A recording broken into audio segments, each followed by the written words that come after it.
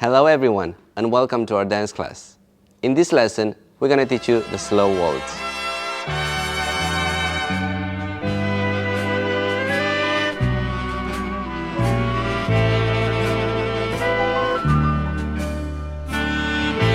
We start with the right foot on 1, forward, then on 2 we go to the side with the left foot, and on 3 we put the feet together and we change the weight.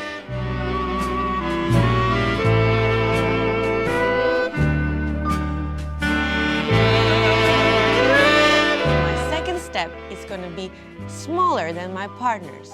So when I finish, I'm still on his right side. But now if I go and make a big step, I will finish on the wrong side.